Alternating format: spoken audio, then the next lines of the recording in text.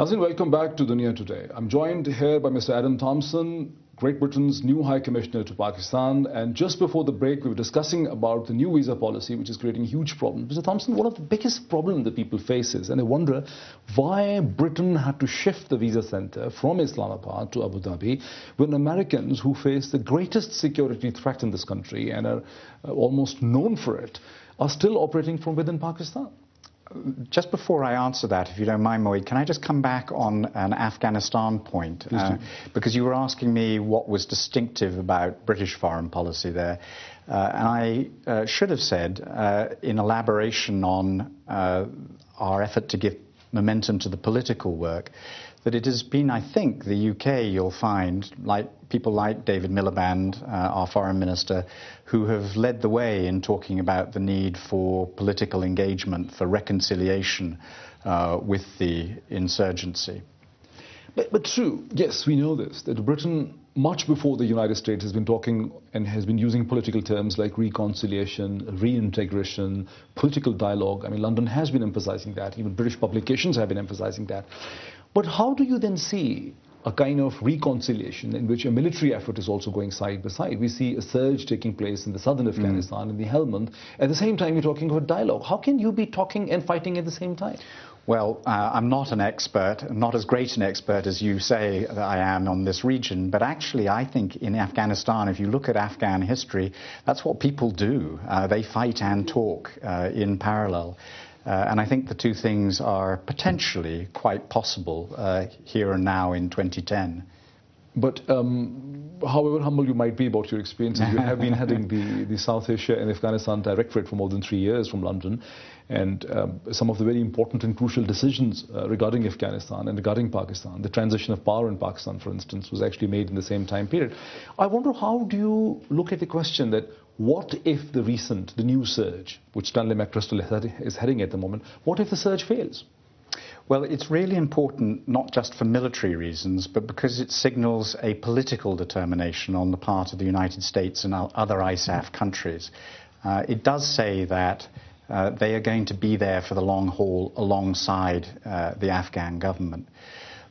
But we do have to use the surge politically as well as militarily and take the momentum it gives into a stronger focus on the political solutions. We've always said there is no purely military solution. We must now take the logic of that and look for the political solutions. And I'd just like to say in that we see Pakistan as a particularly important partner. In what respect?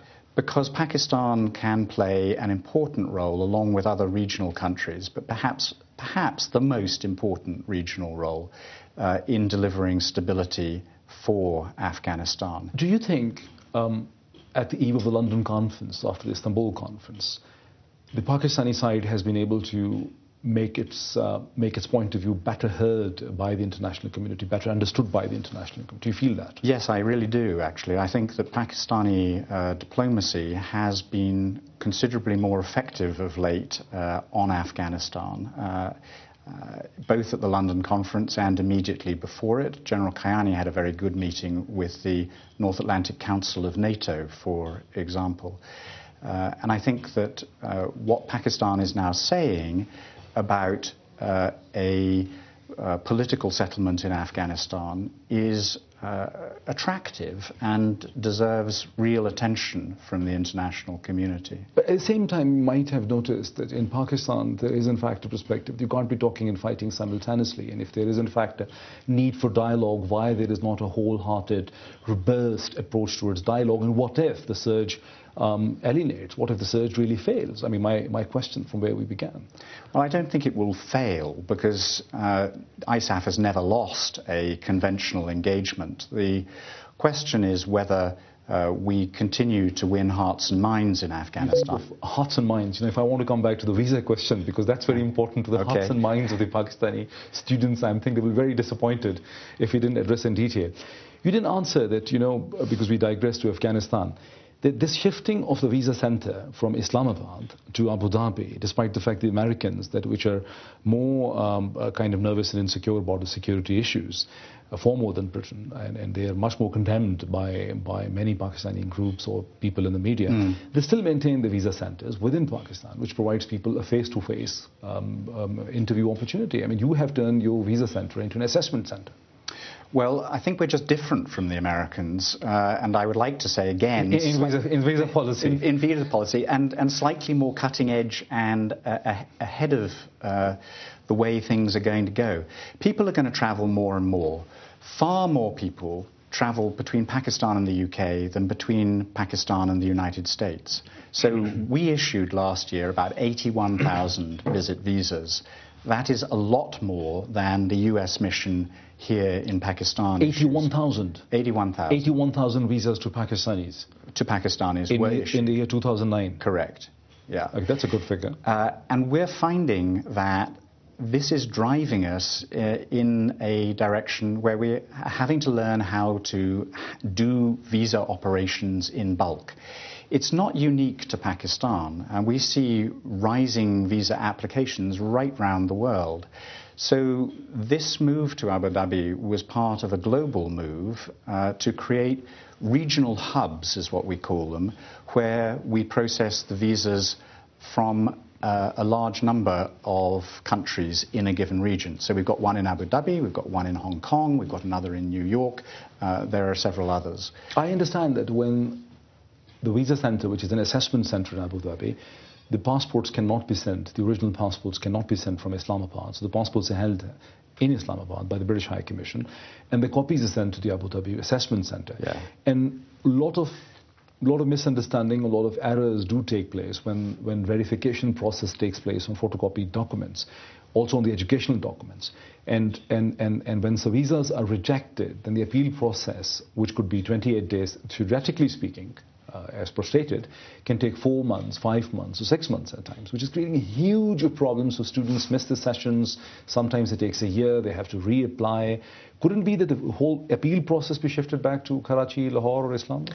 Well, it would make things very much faster for us if we were allowed by the government of Pakistan to move those Pakistani passports to Abu Dhabi. Then we wouldn't have to handle them twice, and that would speed up our processes a great deal. But that's not where we are at the moment.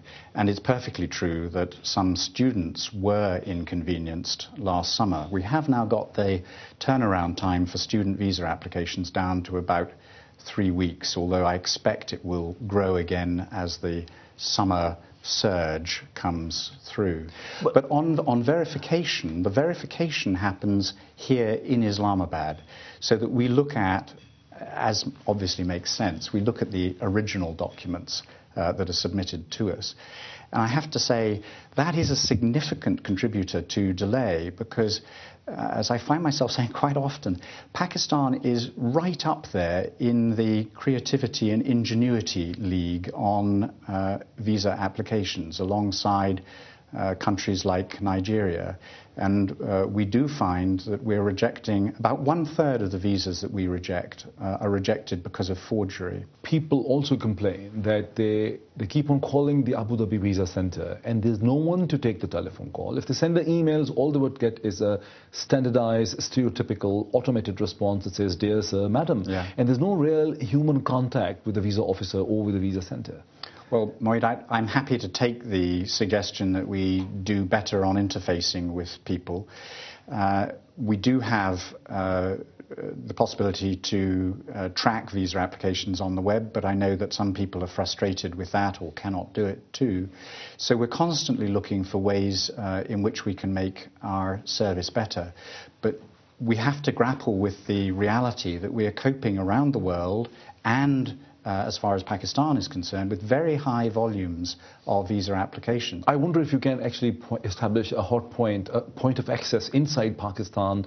Instead, at the moment, the whole reliance is on the Jerry's, on the courier service, right? If you can do something, I think it will make a huge difference. Well, I'll look at it. But Jerry's is our business model, and for the vast majority of the travelling public, it works. I'm still very interested what can be done to improve the process, but let me take a quick break.